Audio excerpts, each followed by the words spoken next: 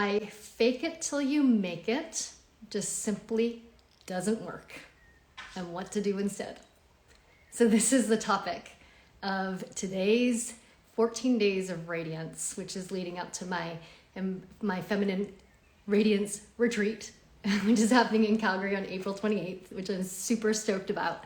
And I'm going online every day to share some of my practices of cultivating radiance in your whole entire body, in your life, and for those of you who are business owners, in your soul-led businesses as well. And I'm just super passionate about this topic that I'm going to share about today because, many times when I hear like a saying that people kind of just say as if it's true or fact, I always love to pause for a moment and question, is that really true? And fake it till you make it is one of these ones that I'm like, I don't know about this. So along the way, as I share, if there's any good juicy gems that you've got or any like particular takeaways that you're having, please comment. Please pop in a question if you want, or if you can relate, let me know. I love it when we keep things interactive. And also, if you comment every day on all of my lives on 14 days, you also get entered into a draw for a free ticket to Radiance in Calgary or an online one-on-one session with me. So extra bonus. Okay, so back to fake it till you make it. First of all, I understand why the saying is here. And sometimes it can be really helpful, when you're feeling afraid or you're just hesitant, or you're like, I don't know how to do that because I've never done it before, to just like give it a go and to kind of fake it and own it, as if you can. So I understand why this saying is here and that there's a place and time for it. However, I also just simply don't believe in faking it.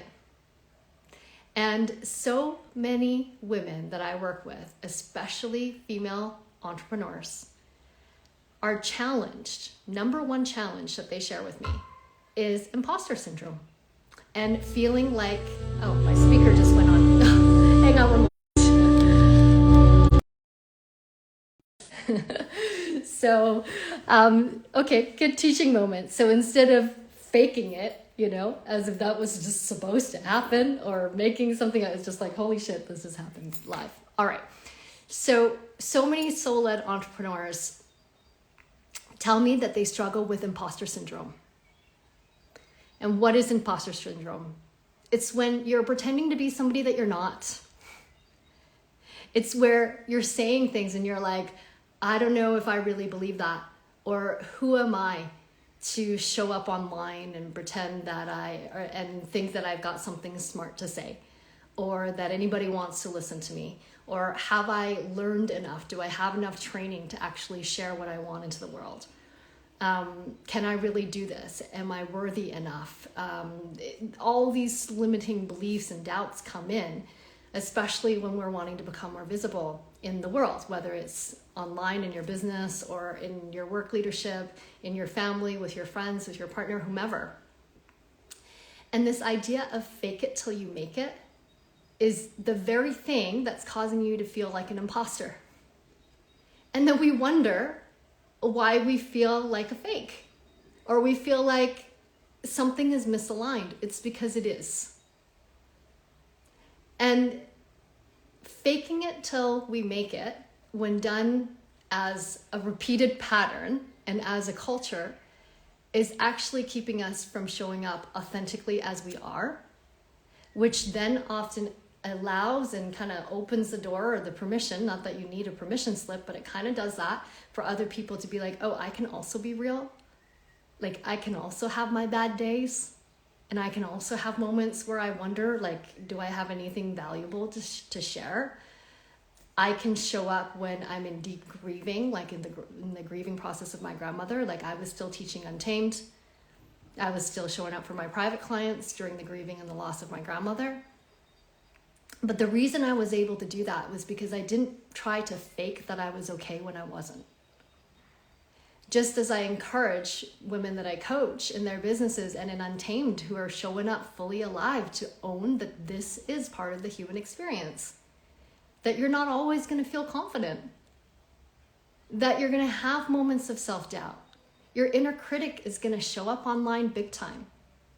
So for me, not faking it till you make it means actually showing up just as you are. And when you do that, it actually opens up the door and the permission field for everybody to do the same. And then guess what? None of us are faking it. I hear all the time also, oh, I'm so tired of superficial conversations. Well, then don't be that person. Don't fake that you're interested in the weather if you're not. Like, what do you really want to talk about? What is really meaningful for you? Right? And faking in conversations, putting on a mask when we say, hey, how are you? Oh, I'm good. I'm good. High-pitched voice. Yeah, everything's fine. See the smile on my face? Like, shit's just hit the fan in my home. My kids are sick. I don't know if I want to be in my relationship, but yeah, things are fine. And when we have this masking of faking it, we're doing a huge disservice to yourself. And that's when you start to feel misaligned, because something in your body and your heart, your soul, your mind are completely misaligned. And then you spend so much energy trying to keep it together or trying to present yourself in a certain way that it is utterly exhausting. I don't know if anybody relates to this. Yeah, a piece of fresh air with true authenticity and connection. Exactly. So what to do? What to do when we're feeling afraid? What to do when I really genuinely don't know if what I have to say is going to be, anybody cares about it. I'm going to share a few tips with you. And I'll share it with an example. So I feel like during my yoga teacher days, especially, I was a yoga teacher for about 13 years. I had a yoga teacher training school in Calgary. And my favorite part actually was the self-development work. Like teaching the poses and stuff was fun, but like really supporting people to show up in fully who they are and share the wisdom that they have and start to uncover the layers that asks, am I good enough? And to support people to really step into their confidence. That's what I love. And what I really learned throughout these days of showing up for up to 16, 18, 21 drop-in classes every single week through a divorce, through getting diagnosed with a chronic illness, through having like the biggest fight with my mother, like so many things, and still having to show up in the classroom again was like ninja warrior-esque training for how to get super present in the moment. But here's the thing. When I tried to show up and cut off a part of myself, like pretend that I was okay and like this holy, got my shit together yoga teacher, when actually I was deeply devastated and falling apart inside, I just couldn't do it. That was faking it. Now, it also doesn't work, of course, especially if you're a space or presence holder for other people, or you got to show up for your work or your clients or whatever, to show up with like in a big ball of mess. I mean, once in a while this happens. It's okay. I've done it before. But it's not that we need to bring our whole mess into every container that we walk in. There's a process of alchemy that happens that doesn't involve you faking it, which is the first step is just to own it. So I would show up in class and say like, wow, it has been a day. I don't know if anybody else feels the same or can relate, but I've had a really tough one today. And I know that I'm so excited to be here in this yoga class right now because I can also remember to breathe and to pause and to slow down and to feel. So let's do this together, right? See how that just alchemized the feeling of like, wow, this is a devastating day, without making it all about you in a situation where you have to show up and it's not really all about you. And at the same time, not denying it. You can always use how you're feeling as a teaching moment. Like when my grandmother passed away, as I mentioned, I actually taught Untamed that night. And of course I could have canceled it. Of course I could have asked one of my really brilliant sister facilitators to step in for me. Of course everybody would have understood if I had to postpone teaching Untamed because my grandmother just passed away that day. However, because I didn't feel like I had to fake anything and that I could be fully me, then that allowed me to be fully present. And this is what I invite you to do in your life, right? So I showed up to that class and I said, yeah, my grandmother died today. I'm feeling heartbroken. I feel devastated. I feel a bit in shock. I feel somewhat at peace, and to name it and to give it a voice so that it has space. And when we can express our emotions is, the few topics that we talked about in the previous days. So if you missed those, go back to those. There's gold in there. To really be able to notice, how are you really feeling?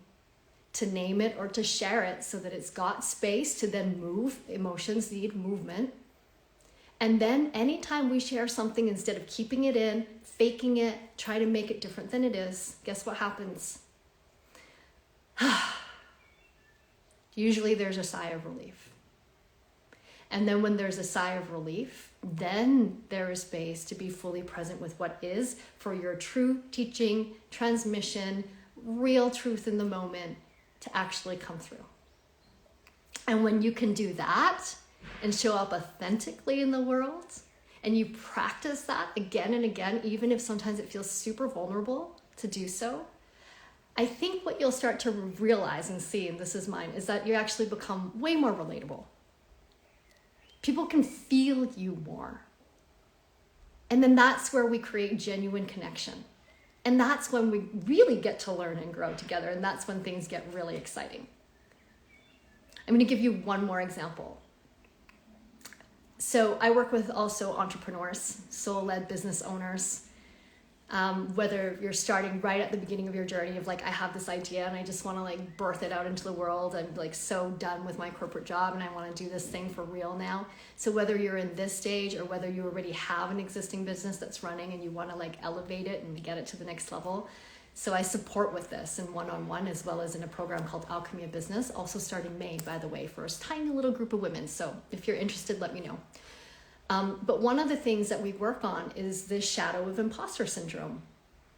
And how I support women to build confidence and actually showing up online is the very thing that I just shared about the grieving of my grandmother, showing up for the yoga classes, is you show up online and you're like, wow, welcome everybody. This is my first Facebook Live, my first Insta Live, and I am nervous as hell.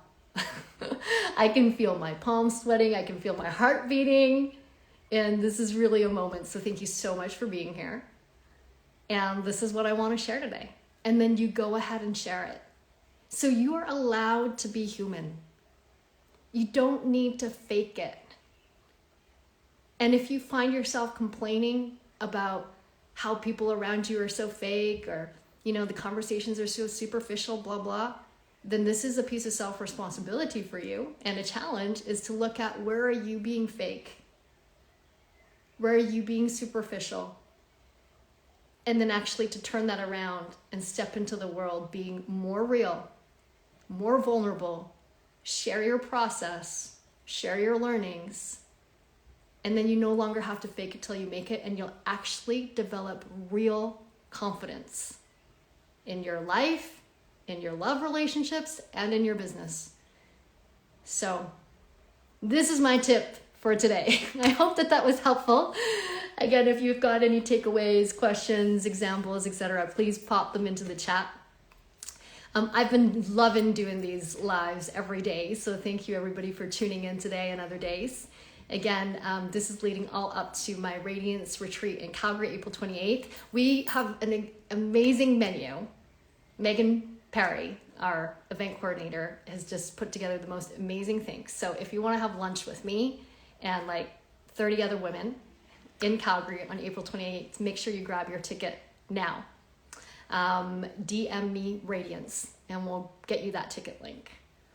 If you want to dive deeper into this in your business, Alchemy of Business, I'm not doing a big launch about it this year. I'm actually just doing a mini mind, so a mastermind, but mini.